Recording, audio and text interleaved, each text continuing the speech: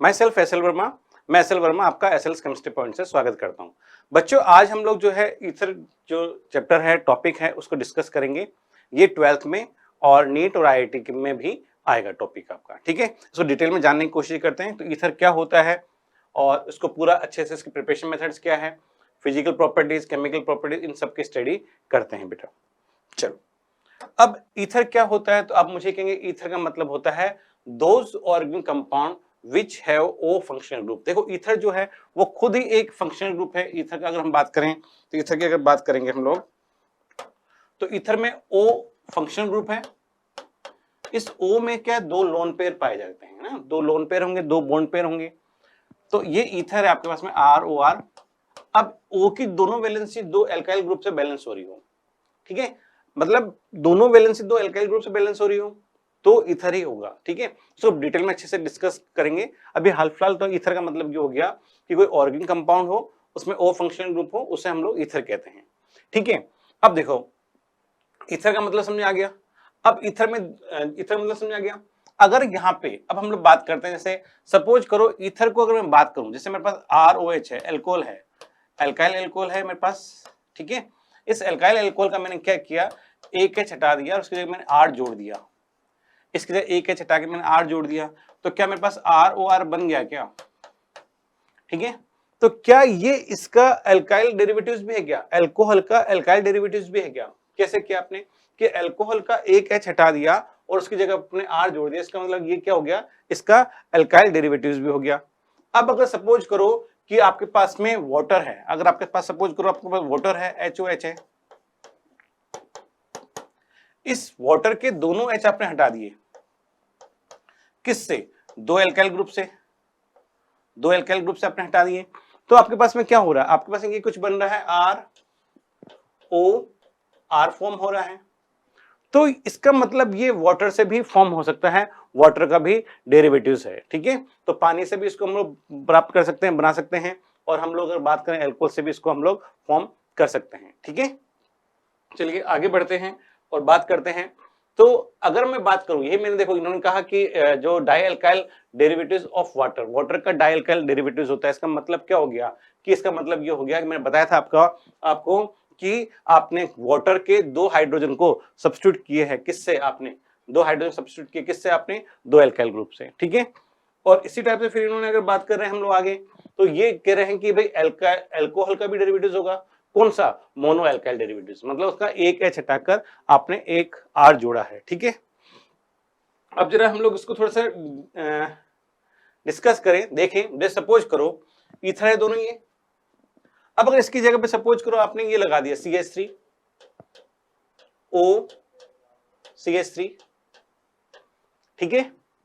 ये आपने इसकी जगह ये लिख दिया C2H5 O C2H5 या CH3, चलो डिफरेंट ले लेते हैं, CH3 O C2H5, है ना। अभी अगर हम लोग बात करें इसके टोटल नंबर ऑफ कार्बन हम लोग काउंट करें, जैसे इसमें देखें टोटल नंबर ऑफ कार्बन कितने हैं, आपका टोटल नंबर ऑफ कार्बन अगर हम काउंट करें तो जरा इसका total number of carbon count कीजिए, कितने हैं, C2 है क्या, H कितने हैं, 6 है, C2H6 और एक O है, क्या इसका मॉलिक्यूलर फार्मूला ये हुआ। इस तरह इसकी अगर बात करें तो इसका मॉलिक्यूलर फार्मूला क्या है, 2 2 4, तो C4H10O है क्या। इसका मॉलिक्यूलर फार्मूला बात करें तो C3H8O है क्या।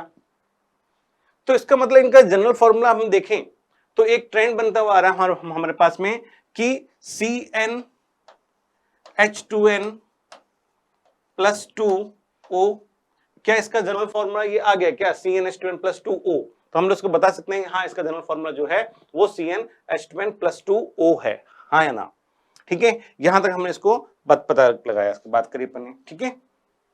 अच्छा, अगर हम लोग वापस आते हैं पीछे, एक बार बात करते हैं। ईथर जो है आपके पास में ROR है, ROR है आपके पास में, इसमें आपके पास में O पे दो लोन पेयर है और दो बॉन्ड पेयर है। मैंने आपको बताया था कि जब कभी भी एक सेंट्रल एटम पर अगर लोन पेयर और बॉन्ड पेयर का सम जो है वो अगर 4 आ रहा है तो sp3 आ रहा है। तो यहां पे देखो दो तो बॉन्ड पेयर है दो तो बॉन्ड पेयर और दो लोन पेयर है, तो दो बॉन्ड पेयर प्लस दो लोन पेयर, दो बॉन्ड पेयर है, ठीक है, और दो ही क्या है अपने पास में लोन पेयर है, तो दो बॉन्ड पेयर दो लोन पेयर, चार आ गया, चार मतलब sp3 संकरण हो गया, sp3 हाइब्रिडेशन हो गया, ठीक है। तो हम लोग उसको बता सकते हैं हाँ ये इजीली कि इस पे sp3 हाइब्रिडेशन होता है। तो अगर आपसे कोई पूछे ईथर के सेंट्रल एटम पर टाइप ऑफ हाइब्रिडेशन कौन सा होगा, तो ईथर के सेंट्रल एटम ऑक्सीजन पर टाइप ऑफ हाइब्रिडेशन जो होता है वो sp3 होता है, ठीक है। चलिए यहां तक अपने बात कर ली। अच्छा, अभी आपने पीछे एग्जांपल अभी देखें, हम लोग बात करें, जैसे सपोज करो कि मैंने ये लिखा है CH3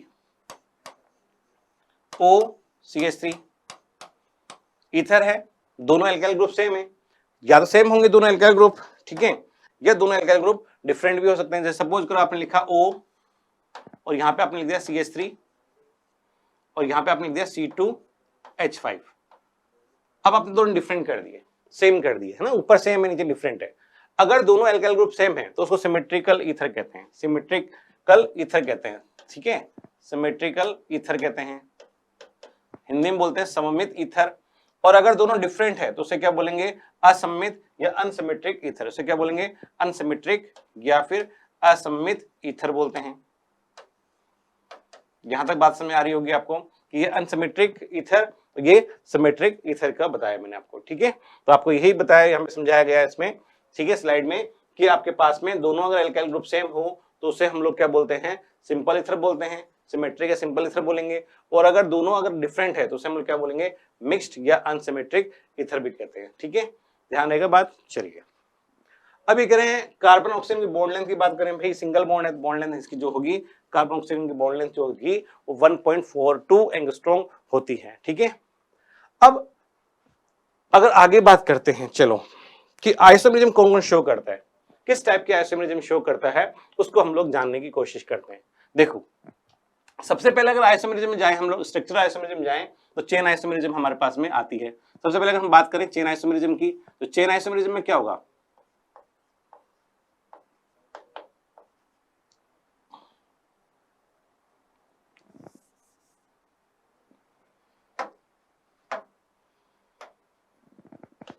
CHAIN, चेन आइसोमर बनाते हैं हम उसके, चेन आइसोमर, ठीक है।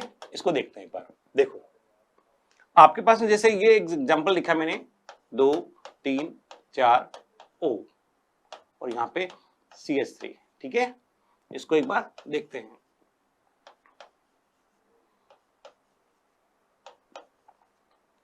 ठीक है, अब देखो आप चेक करो इसको अगर ये चार कार्बन इधर है, इसको मैं ऐसा ना बनाकर इसको मैं अगर ऐसा बनाऊं,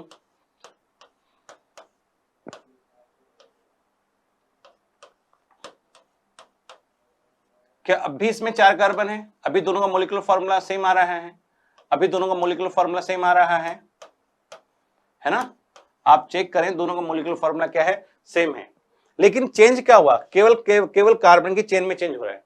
जब कभी भी ऐसा हो कि भाई यहाँ पे फंक्शनल ग्रुप आपका जो है फर्स्ट नंबर कार्बन पे आ रहा है, यहाँ पे फंक्शनल ग्रुप आपका फर्स्ट नंबर कार्बन में 1 2 3 4 फर्स्ट नंबर कार्बन पे आ रहा है, और यहाँ पे भी देखें तो भी आपका methoxy group first number carbon पे आ रहा है, दोनों पे फर्स्ट कार्बन पे ही आ रहा है। लेकिन यहाँ पे से कार्बन की स्ट्रेट चेन है, यहाँ पे कार्बन की ब्रांच चेन है। जब भी कार्बन की चेन में चेंज आता है तो इसका मतलब आइसोमर जो बनेगा वो चेन आइसोमर बनेगा, ठीक है। दोनों आपस में आइसोमर है, लेकिन कौन सा आइसोमर है, चेन आइसोमर है। ये बात समझ आई। चलिए नेक्स्ट बात करते हैं पोजीशन आइसोमर की, नेक्स्ट बात करते हैं पोजीशन की। पोजीशन आइसोमर, अभी पोजीशन आइसोमर में क्या है, देखो पोजीशन आइसोमर में क्या होगा कि पोजीशन पे डिफरेंस होगा। जैसे आप यहां पे चेक करें, यहां पे एक बार, जैसे ये देखो OCH3, अभी आपका OCH3 जो है वो क्या 1 नंबर कार्बन पे है, क्या OCH3 जो आपके 1 नंबर कार्बन पे है, आपने इसको ऐसा ना बना के आपने इसको ऐसा बना दिया, आपने इसको ऐसा ना बना के इसको आपने ऐसा बना दिया, ठीक, 4 कार्बन यहाँ पे लिए आपने, OCH3 को आपने यहाँ पे जोड़ दिया, तो क्या आपने OCH3 मिथॉक्सी ग्रुप की पोजीशन चेंज करी है क्या।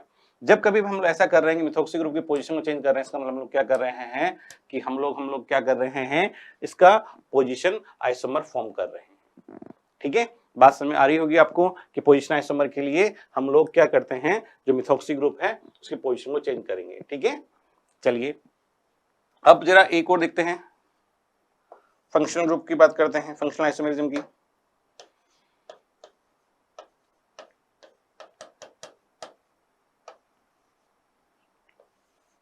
आइसोमर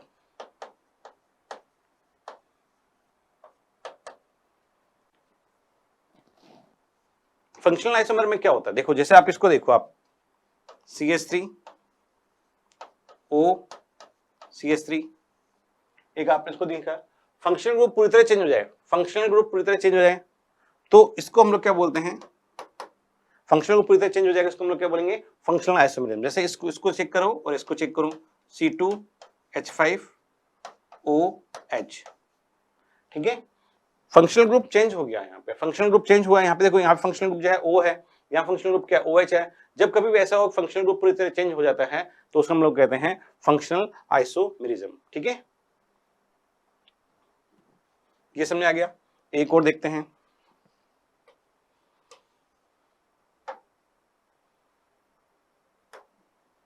जैसे मैंने अपन ने बनाया ये मेटामेरिज्म, ठीक है, मेटामर्स बनाते हैं, मेटामर्स। अब मेटामर्स में क्या होगा कि मेटामर्स केवल उन्हीं ऑर्गेनिक कंपाउंड्स में पाई जाती है जिनमें कोई फंक्शनल ग्रुप जो है उसमें दो वेकेंट बॉन्ड होंगे, दो से ज्यादा वेकेंट बॉन्ड होंगे तो ही मेटामेरिज्म शो होगी, अदरवाइज मेटामेरिज्म शो नहीं होगी। जैसे यहाँ पे आप चेक कीजिएगा, ऐसे यहाँ पे जैसे मैंने यहाँ पे OCH3 लगा दिया, ठीक है, इसमें देखो O में दो वेकेंट बॉन्ड वाला है ना फंक्शनल ग्रुप, इसमें ये शो होगी इसलिए। ठीक है, अब हमको करना क्या होता है, बस CH2 की पोजीशन को इधर से उठाकर उधर शिफ्ट करना होता है, कि एक साइड से CH2 को उठाकर दूसरी साइड शिफ्ट करना होता है। जब भी कभी हम लोग ऐसा कर रहे हैं कि CH2 की पोजीशन को एक जगह से दूसरी जगह शिफ्ट कर रहे हैं, इसका मतलब हम लोग क्या कर रहे हैं, उसके मेटामर्स फॉर्म कर रहे हैं। तो जैसे यहाँ पे इसको देखें हम लोग, तो यहाँ पे आप CH3 लिखोगे, यहाँ पे आप CH2 लिखोगे, यहाँ पे आप CH2 लिखोगे, यहाँ पे आप CH2 लिखोगे। अब आपने क्या किया, CH2 को उठा के उधर से उधर फिक्स कर भेज दिया, तो आपके पास ऐसा कुछ आ गया, CH3 CH2 CH2 O CH2 CH3, ऐसा आ गया। ठीक है, जब भी कभी आप ऐसा कर रहे हैं कि CH2 को एक जगह से उठा के दूसरी जगह शिफ्ट कर रहे हैं, इसका मतलब आप मेटामर्स फॉर्म कर रहे हैं। तो अगर मैं बात कर रहा हूं आपसे ईथर की, तो ईथर जो है आपके पास में चेन, पोजीशन, फंक्शनल, मेटामेरिज्म, ये आइसोमेरिज्म शो करता है। ठीक है, तो ये अपन ने जाना। तो यही उन्होंने कहा कि आपके पास में अगर देखें तो ईथर जो होता है वो चेन, पोजीशन, मेटामेरिज्म और फंक्शनल आइसोमेरिज्म शो करता है। ठीक है, पास में आ गई। चलिए अब इसका नोमेनक्लेचर की बात करते हैं। देखो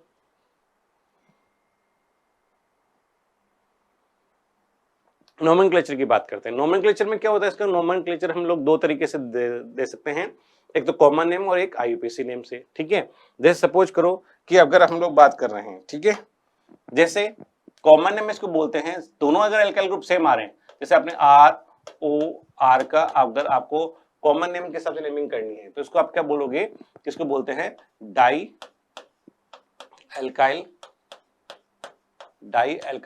ईथर। ठीक है, इसको क्या बोलेंगे, डाई एल्काइल ईथर बोलेंगे, दोनों अगर एल्काइल ग्रुप सेम है तो।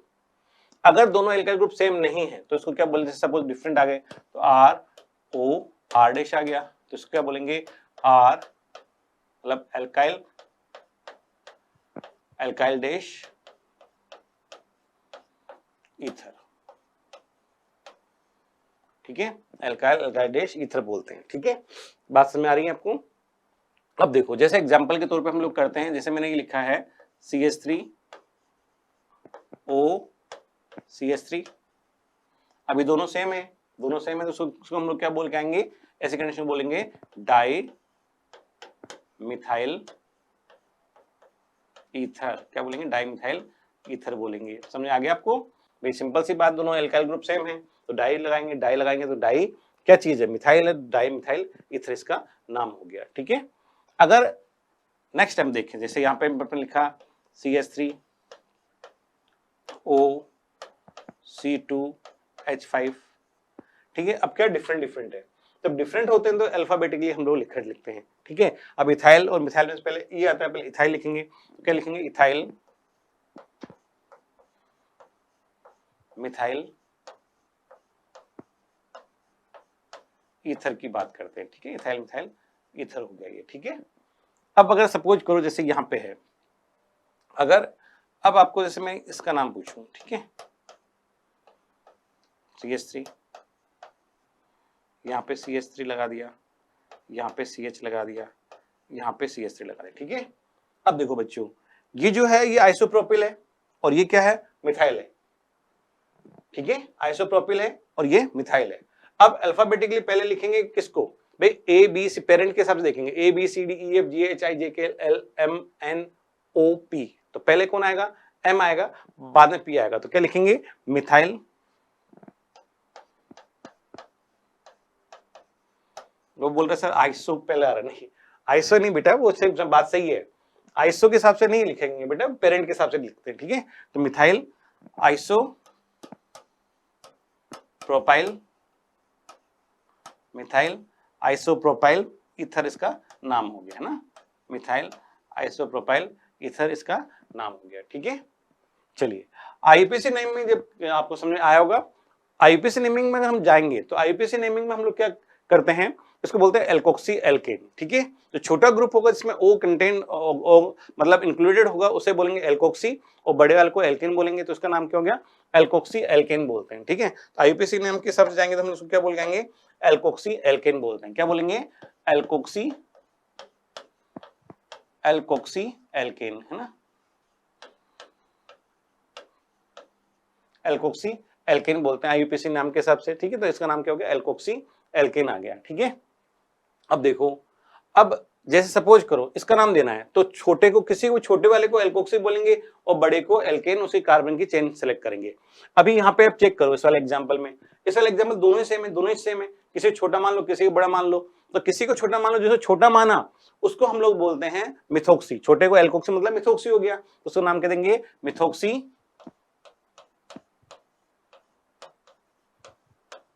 मिथोक्सी, और एक कार्बन क्या बोलेंगे, मिथेन, तो मिथोक्सी मिथेन हो गया, ठीक है, मिथोक्सी मिथेन इसका नाम हो गया।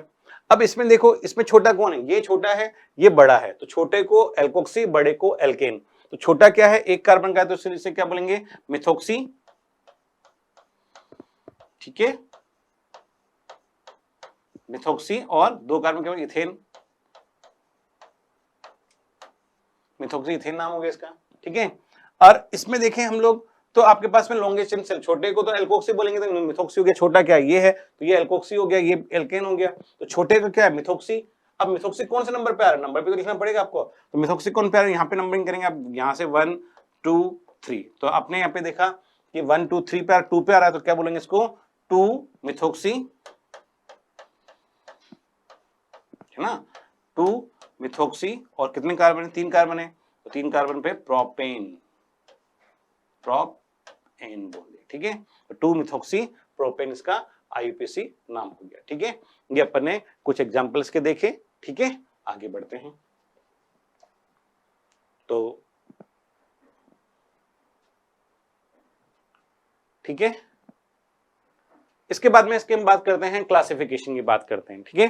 क्लासिफिकेशन की बात करें कि आपके पास में क्लासिफिकेशन में इसको ईथर में जब एल्काइल ग्रुप दोनों सेम हो तो क्या होगा, डिफरेंट हो तो क्या होगा, अगर एक तरफ आपने एल्काइल ग्रुप जोड़ दिया, एक तरफ आपने सपोज करो एराइल ग्रुप जोड़ दिया, तो उस नाम क्या होगा, उस तरह के ईथर की हम लोग क्लासिफिकेशन की बात करते हैं। अब आपने सपोज करो, जैसे आप यहाँ पे इन्होंने लिखा एलिफेटिक ईथर, एलिफेटिक ईथर का मतलब ये हो गया कि आपके पास में जो ईथर है वहां पे दोनों एल्काइल ग्रुप अगर सेम आ रहे हैं, ठीक है, दोनों तरफ अगर एल्काइल ग्रुप ही आ रहे हैं, इस साइड भी एल्काइल ग्रुप आ रहा है, इस साइड भी एल्काइल ग्रुप आ रहा है, दोनों तरफ अगर एल्काइल ग्रुप ही आ रहा है, ऐसी कंडीशन में हम उसको बोलते हैं एलिफेटिक ईथर। जैसे फॉर एग्जांपल अभी तक अपने जितने भी एग्जांपल किए वो सब के सब एलिफेटिक ईथर के एग्जांपल अपन ने किए थे। जैसे सपोज करो कि यहाँ पे मैंने लिखा CH3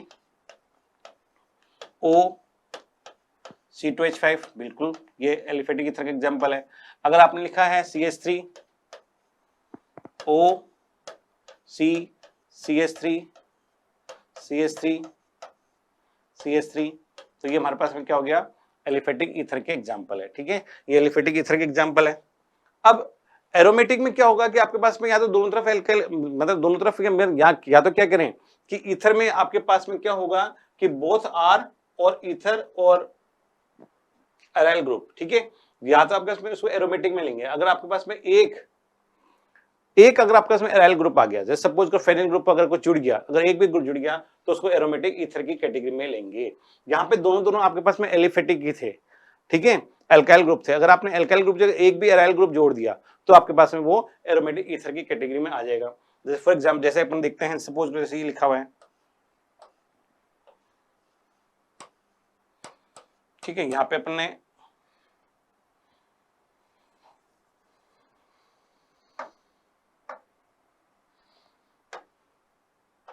O और CH3 एरोमेटिक ईथर की कैटेगरी में आ गई है।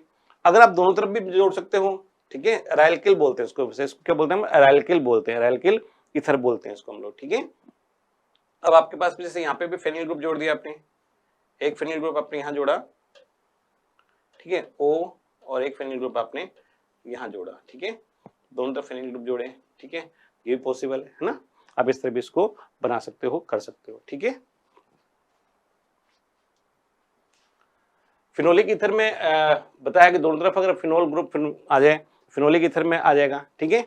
और डाई एराइल मतलब उसी में वही चीज है बेटा, वो सब जो बताया वही चीज है, ठीक है। फिनोलिक ईथर में क्या होगा कि ईथर में आपके पास दोनों तरफ एराइल ग्रुप आ जाए और एक तरफ भी आ जाए, जैसे बताया अपन ने कि फिनोलिक ग्रुप फिनोल जैसे ये आपके पास में है, फेनिल ग्रुप से जुड़ गया, ठीक है। इस तरह का एक एग्जाम्पल जैसे हम लोग देखें,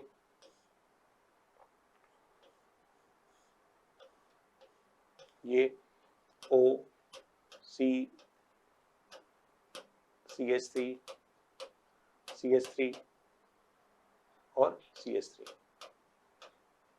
ठीक है। तो इस तरह से डाई एराइल में दोनों तरफ एराइल ग्रुप जोड़ दो, ठीक है, सिंपल सी बात है, दोनों तरफ अगर एराइल ग्रुप जोड़ोगे तो एराइल,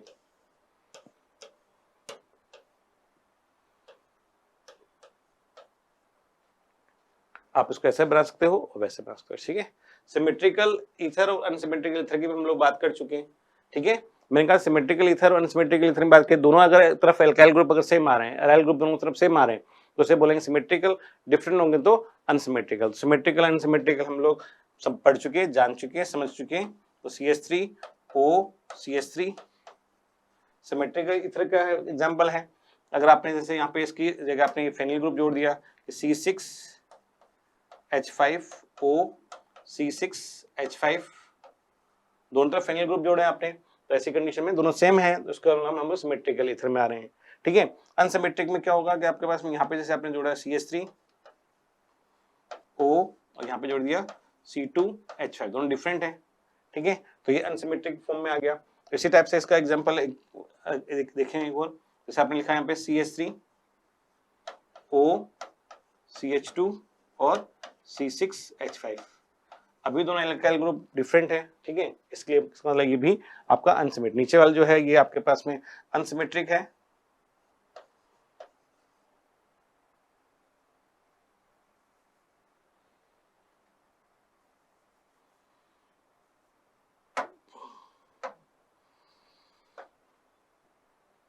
ये जो है आपके पास में अनसिमेट्रिक ईथर की बात करते हैं, इसमें अनसिमेट्रिक ईथर है और ये आपके पास में क्या है, सिमेट्रिक ईथर है, ठीक है। ये क्या आपके पास में सिमेट्रिक ईथर, अनसिमेट्रिक और सिमेट्रिक ईथर के एग्जांपल हमने पढ़े हैं, ठीक है। ये बता चुके आपको मैं कि आइसोमेरिज्म कौन शो करता है, चेन पोजीशन फंक्शनल आइसोमेरिज्म, ये हम लोग शो कर चुके अपना, ठीक है।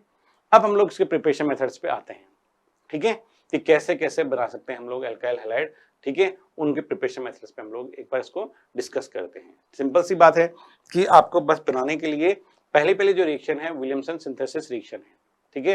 तो अपन ने इसको एल्काइल हैलाइड में भी पढ़ा था, एल्काइल हैलाइड की केमिकल प्रॉपर्टीज में थी और यहाँ पे इसके प्रिपरेशन मेथड्स में था, ठीक है। जब मैंने आपको वहां पे याद कराया था कि रोना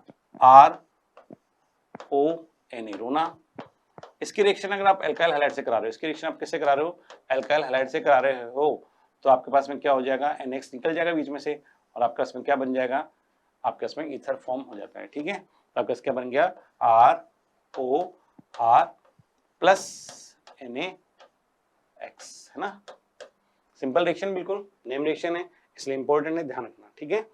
और इसका एग्जांपल देख लें, जैसे सपोज करो फॉर एग्जांपल मैंने लिख दिया CH3ONA, ठीक है, प्लस Cl, और यहाँ पे अपने लिख दिया CH3 मान लीजिए, ठीक है। तो आपका NaCl बीच में से निकल जाएगा और क्या बन जाएगा आपके पास में CH3O बन जाएगा आपके पास में, प्लस NaCl, ठीक है, समझ आ गया आपको, ठीक है। एक सिंपल सा एक एग्जांपल था, विलियमसन सिंथेसिस रिएक्शन है, नेम रिएक्शन है, इंपॉर्टेंट है। जैसे सोडियम एल्कोक्साइड की reaction, sodium alkoxide reaction alkyl halide से कराएंगे हम लोग, तो हमारे पास में क्या होगा, ईथर फॉर्म होता है, ठीक है। तो पहले भी रिएक्शन अपने करी हुई है, इसलिए ज्यादा कोई दिक्कत नहीं आएगी, ठीक है। नेक्स्ट है कि by heating alkyl halide with dry silver oxide, silver oxide के साथ में अगर हम लोग अल्काइल हैलाइड को अगर हीट करें तो क्या होगा, ठीक है। देखो सिल्वर ऑक्साइड का फॉर्मूला क्या होता है, Ag2O, अल्काइल हैलाइड का फॉर्मूला AgRCl, अल्काइल हैलाइड है, RCl अल्काइल हैलाइड है ना। इसकी रिएक्शन अगर हम लोग Ag2O से करा रहे हैं, किससे करा रहे हैं, Ag2O से, वो भी ड्राई होना चाहिए, मॉइस्ट नहीं होगा, मॉइस्ट होगा तो फिर अल्कोहल बना देगा, ध्यान रखना, मॉइस्ट होगा तो क्या करेगा, अल्कोहल बना देगा। यहाँ पे हमारे पास में मॉइस्ट नहीं है, ड्राई है, ठीक है। तो Ag2O से अपने रिएक्शन कराई, तो 2 AgCl आपके पास में क्या हो जाएगा, निकल जाएंगे, 2 AgCl आपके पास में क्या हो जाएंगे, यहाँ से निकल जाएंगे, ठीक है। तो आपने क्या किया, 2 AgCl को निकाल दिया, तो 2 AgCl निकाल दिया तो क्या बन गया आपके पास में ROR plus twice of AgCl, ठीक है, बन गया, इजी रिएक्शन थी, ठीक है। कि अल्काइल हैलाइड को जब हम ड्राई सिल्वर ऑक्साइड से कराएंगे, ड्राई सिल्वर ऑक्साइड के साथ जब हीट करते हैं तो हमारे पास में अल्काइल डाइअल्काइल ईथर बनता है, ठीक है। नेक्स्ट बात करते हैं, ये कह रहे हैं bye dehydration of alcohol, alcohol का डिहाइड्रेशन करें, अल्कोहल में से वाटर रिमूव कर दें, ठीक है। अगर अल्कोहल का मॉलिक्यूल आपके पास में है, उसमें से अगर वाटर रिमूव कर रहे हैं तो भी हमारे पास में ईथर फॉर्म होता है। जैसे फॉर एग्जांपल कैसे आपने ये लिखा ROH, ये अल्काइल अल्कोहल है, प्लस आपने एक और अल्काइल अल्कोहल लिया ROH, ठीक है, बीच में से आपने क्या किया, H2 निकाल दिया। अब जो H2 निकाला आपने, ठीक है, तो आपके पास में क्या हो गया बेटा, ये कंसंट्रेट H2SO4 की प्रेजेंस है, कंसंट्रेट H2SO4 की प्रेजेंस है, ठीक है। आपके पास क्या बन गया, ROR प्लस H2O फॉर्म हो गया, ROR प्लस H2O बन गया, इसी वे में है, बिल्कुल सिंपल सा है। कंसंट्रेट H2SO4 जो होता है वाटर रिमूवर होता है, इसको हम लोग इस फॉर्म से भी, इस तरीके से भी इसको कर सकते हैं, ठीक है। ये मेथड हमने चेक किया, ठीक है। अल्कोहल में पढ़ चुके अपन डाइज़ोमीथेन से अल्कोहल की रिएक्शन, ठीक है। जैसे फॉर एग्जांपल अगर मैं अल्काइल अल्कोहल की रिएक्शन ROH की रिएक्शन, ROH अल्काइल अल्कोहल की रिएक्शन डाइज़ोमीथेन से करा दूं, डाइज़ोमीथेन मतलब CH2N2 से करा दूं, तो CH2N2 से कराई डाइज़ोमीथेन से अगर हम रिएक्शन करा रहे हैं तो आपके पास में क्या फॉर्म हो रहा है, ROCH3 प्लस N2 आपका रिलीज हो जाएगा, N2 आपका क्या हो जाएगा, रिलीज हो जाएगा, निकल जाएगा, ठीक है। तो ये अपन ने रिएक्शन पढ़ी, डाइज़ोमीथेन से भी अपन ने पढ़ लिया, ठीक है।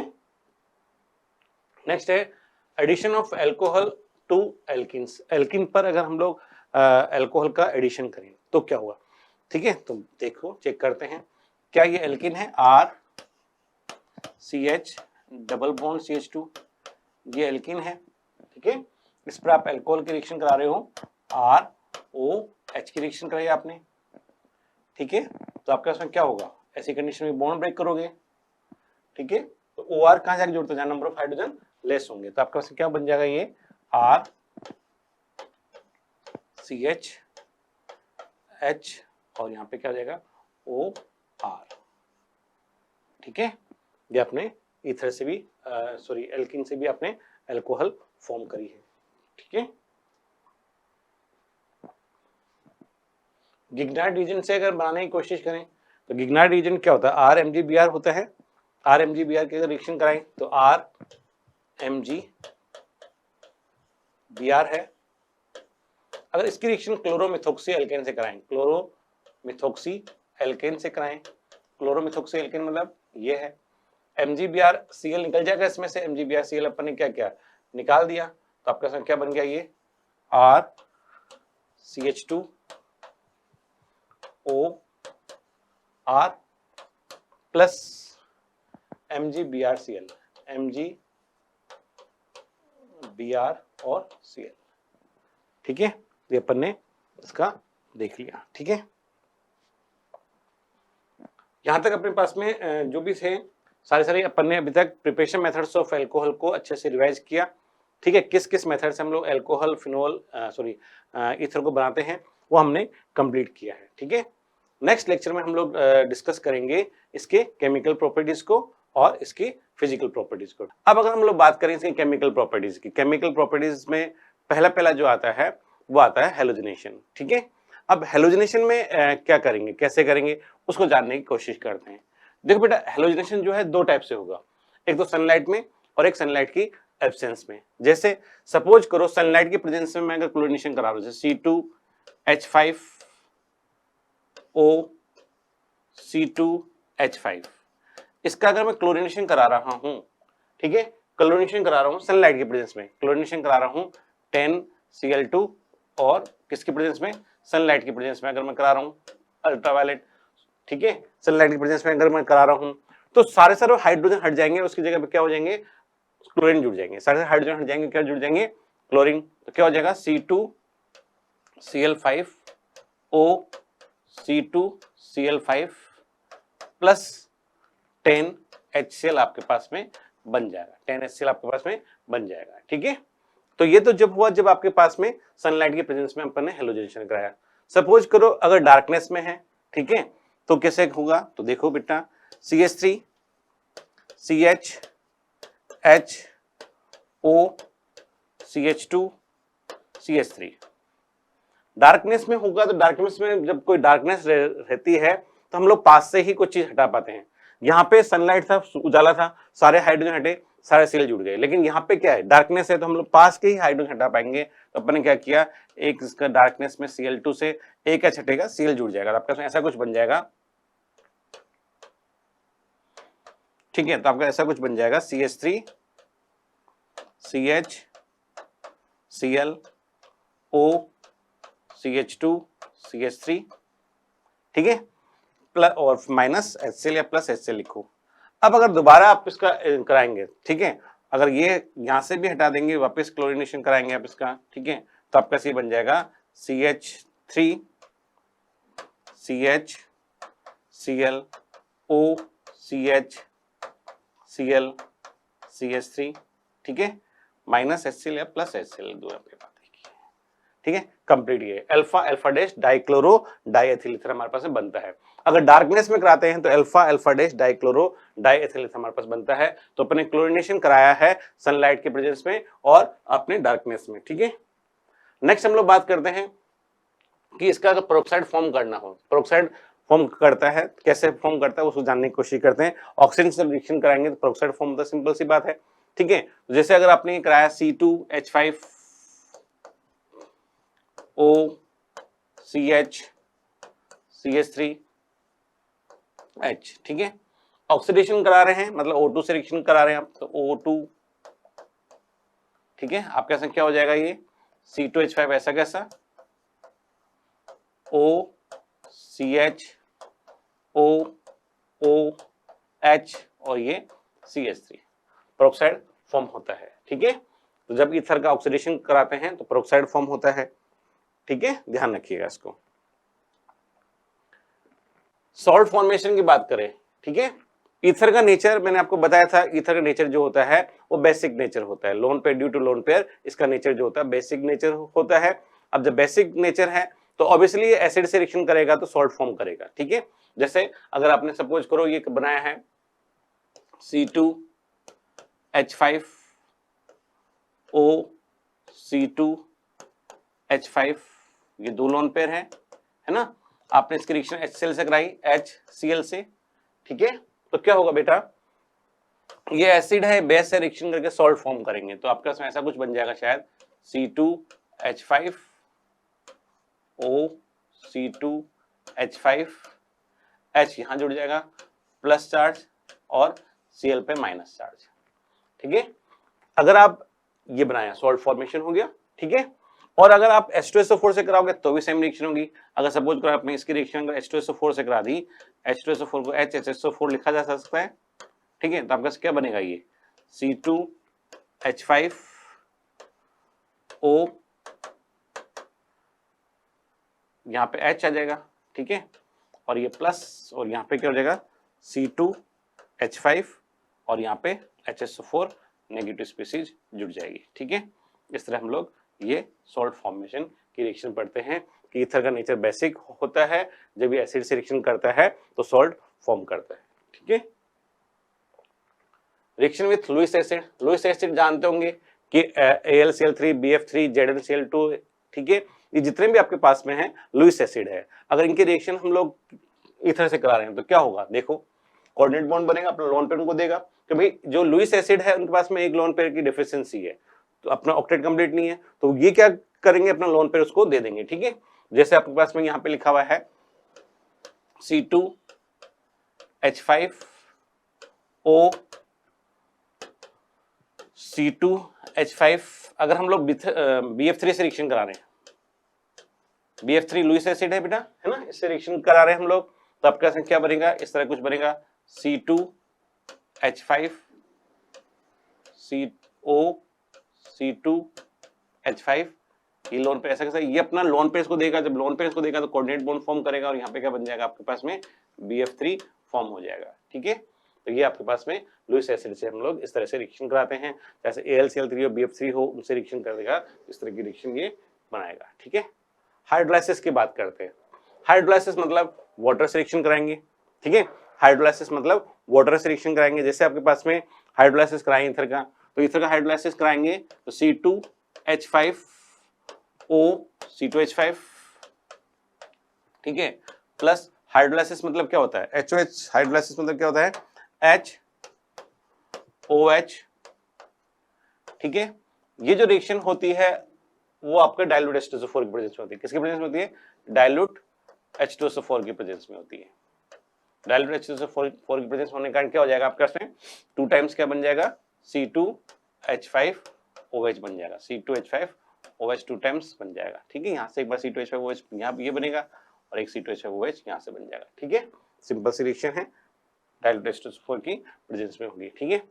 HI से रिएक्शन कराएंगे, हॉट HI और कोल्ड HI से कराएंगे, ठीक है। हॉट HI और कोल्ड HI से देखो, जब भी कभी कहीं हॉट होता है, पानी वाटर रिमूव होता है, H2O निकलता है, ठीक है। तो यहाँ पे आपके पास में हॉट HI है, तो इसका मतलब यहाँ पे आपके पास में H2O फॉर्म हो गया होगा, ठीक है। जैसे फॉर एग्जांपल कोल्ड HI से कराएं तो कोई दिक्कत नहीं, जैसे अपने C2H5O, C2H5 प्लस कोल्ड लिया है, इसका मतलब वाटर रिमूव नहीं होगा, ठीक है। ठंड के दिनों में थोड़ी पसीना आता है, तो वही बात है यहाँ पे, ठीक है। तो हम लोग क्या कर रहे हैं कि हम लोग इसमें से वाटर निकाल ही नहीं सकते, तो क्या बन जाएगा आपके पास में, क्या ये बन जाएगा क्या C2H5Cl और C2H5OH, तो आपका ये बना क्या C2H5Cl प्लस C2H5OH, यही तो बना, ठीक है।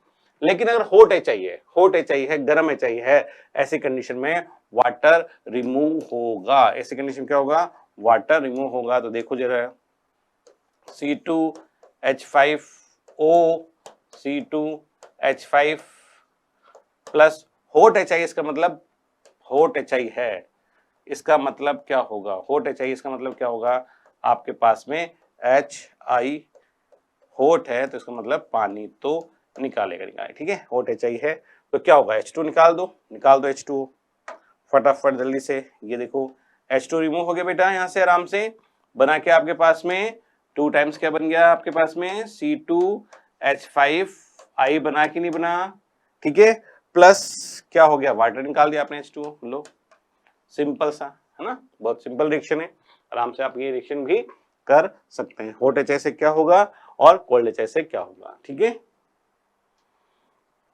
नेक्स्ट PCl5 से रिएक्शन कराएंगे तो क्या होगा, ठीक है।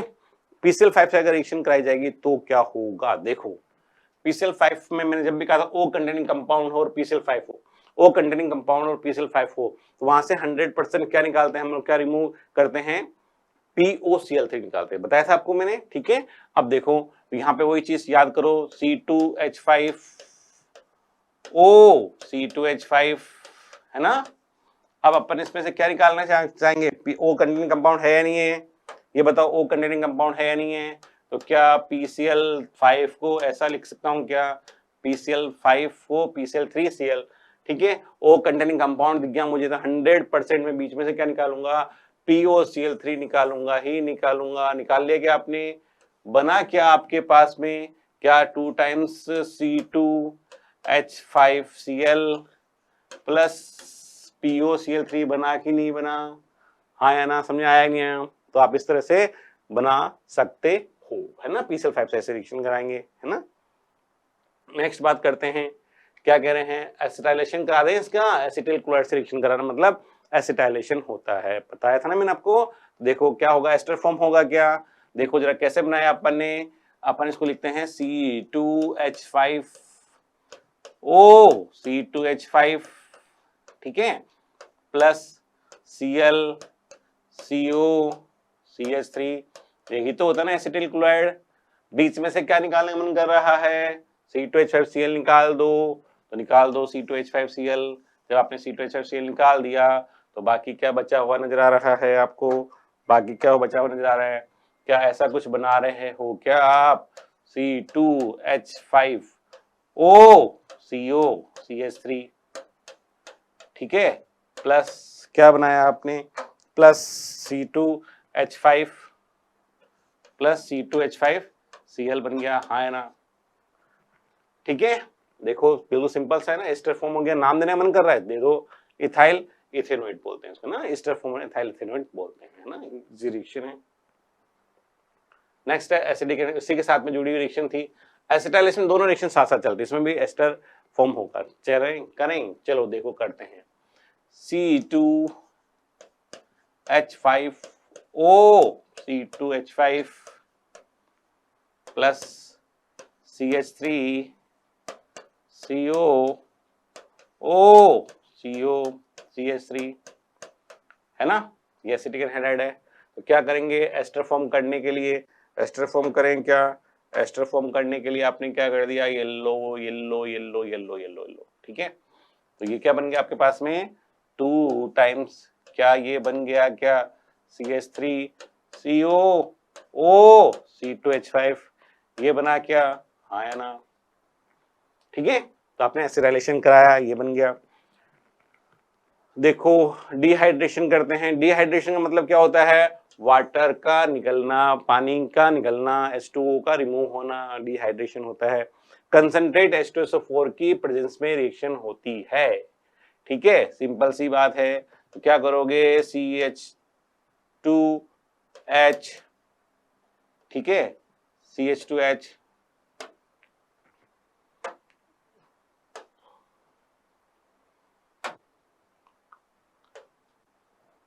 स्क्रीन गई इसकी,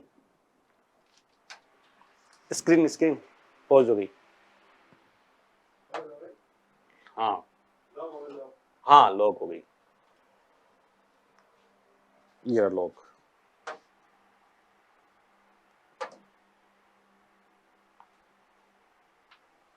एक मिनट आगे वापस से करेंगे इसको।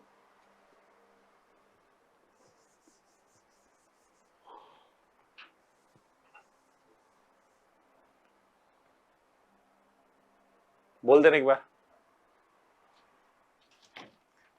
बोल दो भैया इसको एक बार, स्टार्ट करूं।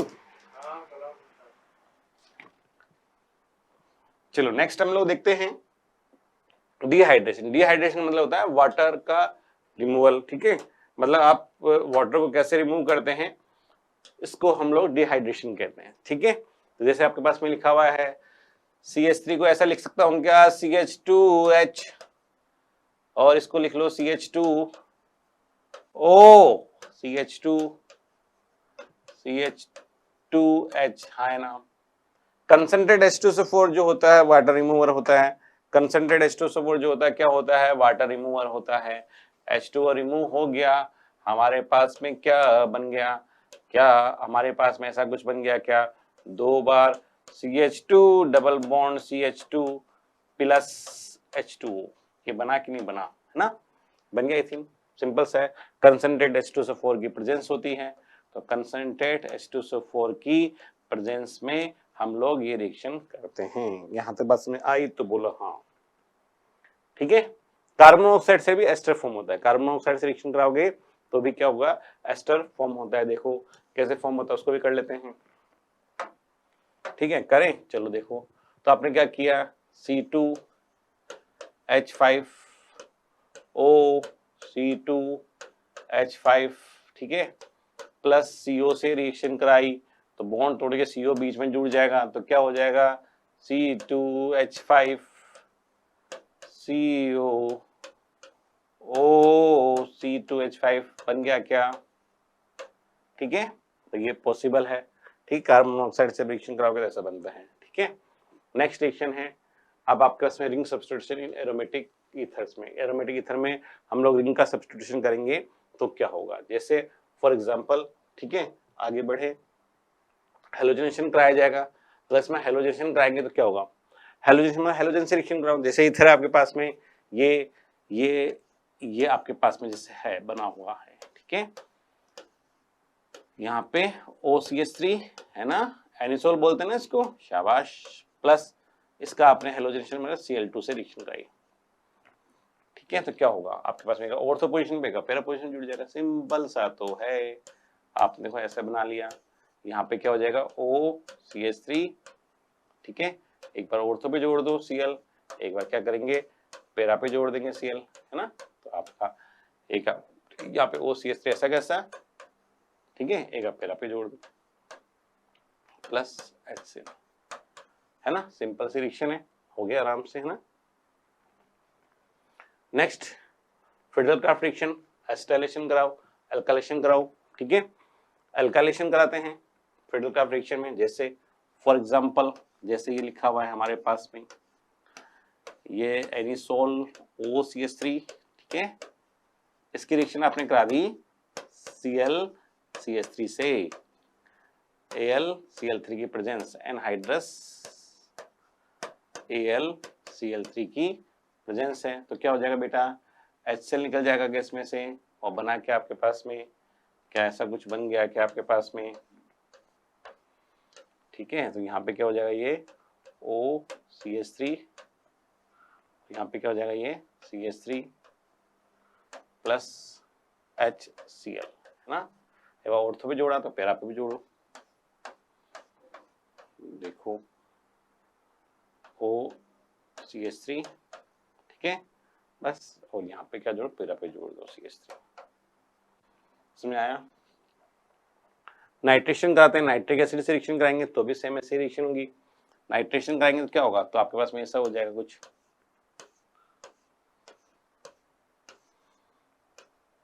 OCH3 और यहाँ पे क्या हो जाएगा नाइट्रेशन, मतलब आप यहाँ पे H प्लस HONO2 से रिएक्शन कराई आपने, तो क्या हो जाएगा, कंसंट्रेट H2SO4 की प्रेजेंस ले लो, ठीक है, कंसंट्रेट H2SO4 की प्रेजेंस ले लोगे तो आपका क्या हो जाएगा, ऑर्थो पोजीशन पे, एक पैरा पोजीशन में जुड़ जाएगा, तो एक बार तो क्या हो जाएगा बेटा, ऑर्थो पोजीशन में जुड़ जाएगा ये OCH3, है ना, और यहाँ पे जुड़ जाएगा NO2 ग्रुप, ठीक है, यहाँ पे जुड़ जाएगा NO2,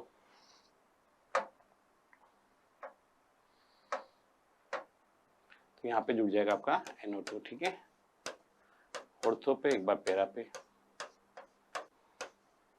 OCH3, ठीक है, यहाँ पे क्या जाएगा NO2 पैरा पे प्लस H2O, है ना, सिंपल सा है, ortho nitro anisole para nitro anisole, ठीक है, ये हमारे पास में ईथर कंप्लीट कर लिया हमने, ठीक है, ईथर का हमने नोमेनक्लेचर कैसे होता है वो कंप्लीट किया, ईथर क्या होता है, इसमें हाइब्रिडेशन कौन सा पाया जाता है, कौन कौन सा आइसोमेरिज्म पाई जाती है, इसकी केमिकल प्रॉपर्टीज और फिजिकल प्रॉपर्टीज, इसका नोमेनक्लेचर, ये हमने सारा चैप्टर कंप्लीट किया।